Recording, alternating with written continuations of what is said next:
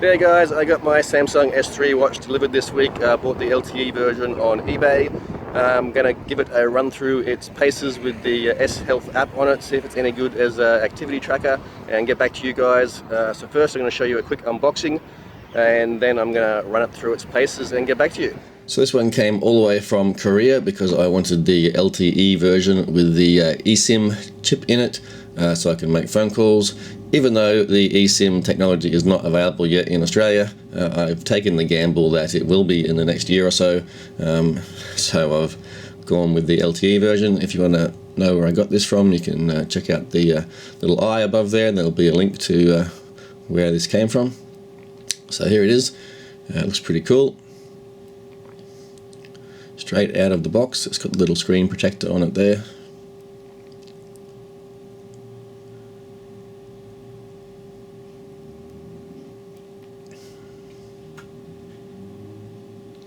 So here's the wireless charger. It's in Korean there because I got it from Korea, obviously. And also in the box it's got an extra band if you've got a smaller wrist, so you can take off the one end of the band and put that on. And we've got the charger. I just need an adapter to use that in Australia. First up, I'm going to try the Track Your Speed. This is my own custom watch face that I designed. So I'm going to put it on there, hit start, ask me to turn GPS on, so we'll do that. Searching for a GPS signal. Just found it, so let's go for a little jog and see how it tracks.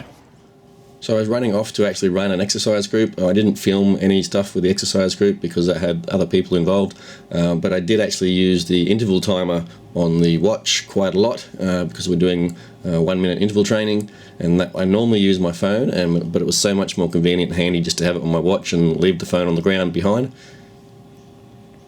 So here we are, we've just paused to check out the speedometer. So I'm just going to hit the stop button. Stop tracking, yes. So there's a little plot of my speed. Looks like I got up to about 15 kilometers per hour. So top speed, yeah, it tells me that, 15 kilometers per hour. Average speed, 8 kilometers per hour. Distance, 0.3 kilometers, and total time of 2 minutes and 45 seconds. That is really cool. So with that run, the phone was actually connected to the watch for the GPS. I was having trouble with GPS in standalone mode, but I got it working the next day after rebooting the watch. So here I did some standalone sprints just to check out the GPS and speedo in standalone mode. So here it is. It didn't show the little curve, but I'm not sure whether that was because it was in standalone mode or it was a very, very short trip. Then I decided to jump in the car and test out the speedo in the car. I thought it would actually be quite laggy because it's based on GPS, so I thought it might take a while for the GPS signal to actually catch up with the speed, but it was actually very good. The whole time it was slightly less than my speedo reading, but that doesn't mean that it was wrong and my speedo was right, because I've often heard that a lot of car speedos are actually set slightly lower than reality, just for tolerances and to keep things safe. So I had a drive off to a Christmas event, and this is the map. Top speed of 102, average 48 kilometers per hour, distance and total time. Then decided that we would go for a walk and test out the walking app. So here I am going along the Kangaroo Point Cliffs in Brisbane, and I'm about to head down the steps of the cliffs.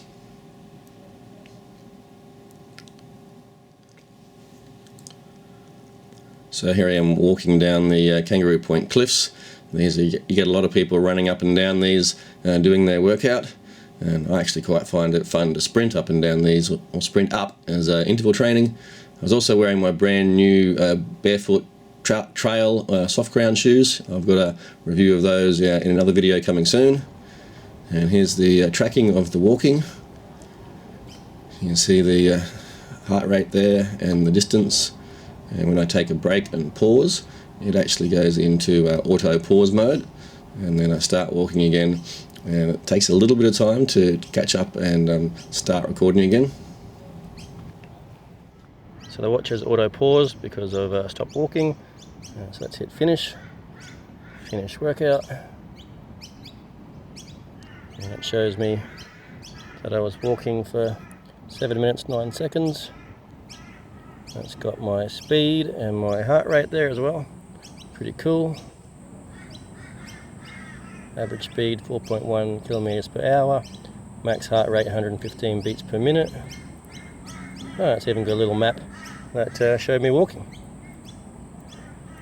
Alright, let's change that now to the cycling app. Activity type, cycling. Okay. So here I rode along to South Bank, and dodge the people, but it's a beautiful ride. It's a great way to get around the city, is to use the city cycle bikes. I use this as a way of just keeping fit by default. I don't like trying to find a car park in the city or at South Bank, so I just jump on the city cycle bike and I ride that along. My girlfriend does it too, and yeah, it's great fun. So here we are coming into the city cycle station at South Bank. You can see most of the bikes are actually out and parking. So let's have a look at the little map of the cycling. You can see it was 5.48 seconds, 48 seconds. At the map it's got my speed and my heart rate there, which is pretty handy and cool. Average speed, maximum heart rate. It also gives you a vigorous intensity zone, the weather, and there's a little map of where I went. Pretty handy. And if you want, you can also share it on Facebook. And so I spent a lot of time walking around. I also walked back up the cliffs, and you can see there's a bit where my heartbeat got up to 140 beats per minute. That was probably going up the stairs at the cliff there. So yeah, that was a 10-minute walk back from South Bank.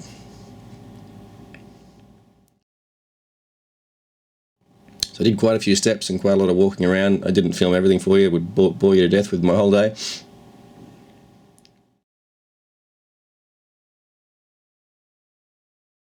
There's the map of where I walked from the last city cycle station back to my place. And you can see on my dial there 12,000 steps for the day. Okay, so I'm going to do some squats. It's telling me to get in the starting position. Okay, so I was trying out the squat detection app. Most of the time it actually recognised my reps. It does a little beep and count for each rep that it recognises. The first few times I actually tried it, it wasn't recording them very well. This time it actually got all 10 reps out. So it's not all that reliable, or maybe I have to squat properly, I don't know. So here's what it shows you at the end, very quickly. Then I thought I'd try the lunges. It gives you a demo of what you're supposed to do, and then when you go start, it gives you a start position that you stand in for it to actually start looking for and detecting your activity. So here I go with the lunges. Got that one. And actually this time, yeah, it recorded all 10 of my lunges, whereas when I was using it a couple of days ago at night, I wasn't recording them. Maybe I wasn't doing my lunges smoothly or something, I don't know. So there can be a bit of variation there as to whether it records them all or not. Yeah, personally I don't really care whether it records my lunges. I'm probably not going to use this feature. And we're going to finish. So here's what it shows you at the end, a quick little summary of what you did. Okay, so next trying the star jumps. So in the start position, gives me the go signal, and we'll go through 10 star jumps. I think it missed one of my star jumps here, so I had to do about 11 rather than 10. So when you do the 10, it actually beeps at you and says well done and gives you like a option for a minute rest. So there's the star jump. And here we're going to have a go at the crunches. So there it goes, it shows you a demonstration of what to do. And then with the start button, it tells you to get in the starting position. So here we'll go and try and do the crunches. It got all of my crunches here, which was pretty good.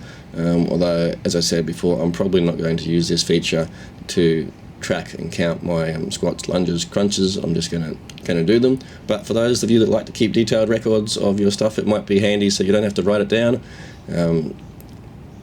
I know when I was powerlifting, I wrote everything down, and that was very useful. So here's the summary of the crunches. Okay, so also it gives you the ability to access a summary of your day. So here I was ranked 16% amongst all users for that day. So it gives you that every day. I went up 15 floors, so that was going up and down the stairs and up my apartment. It's 12,000 steps. And then you can go into this little feature here and cycle through the various different activities that you did during the day. So it splits it up into little time zones there. And then we've got a whole little bunch close together here where I was filming all those little workouts. There's the star jumps, the lunges. And I'm just walking around getting set up. There's the squats. And then some more squats, and more walking, and did some general workout early on, which was actually kicking a soccer ball around, and more walking. So that was the summary for the day. Also thought I'd weigh these because some people were saying that it's heavy for a watch. So let's see how heavy it is. So it's 87 grams with the whole band, which is not that bad. This is my previous watch before I went to smartwatches. And it's actually 129 grams. So it's actually a lot heavier than the S3. This is the Gear 2, which was my first smartwatch. The band is broke and been glued together quite a few times, but it's only 69 grams. And here's just a fitness activity tracker and in-body band, and it's only 24 grams. So I've had fun playing with the Gear S3 the last 2 days, trying out all the health apps. Pretty good in general, although not perfect. Wasn't all that great at tracking my squats and lunges and sit-ups and crunches and stuff like that. Sometimes it got it perfect, but other times it was like way out. So yeah, probably not all that great for counting reps in squats, but that's pretty easy, you can count them yourselves. But very good for the tracking of the walking and the cycling, and the speedometer ended up working quite well. In the end, I had some trouble getting my GPS working to start with, but after I reset the device, or not reset, but rebooted, it seemed to work fine, so that was all good. Even went for a drive testing it. So all up, pretty good. I'm pretty happy with this. If you like this video, please like and subscribe to my channel, and I'll keep you updated with all the latest and greatest reviews. Until next time, this is Ray Hope, pound for pound Australia's strongest man, bringing you no bull, just what really works for health, fitness, strength and motivation. Until next time, cheers.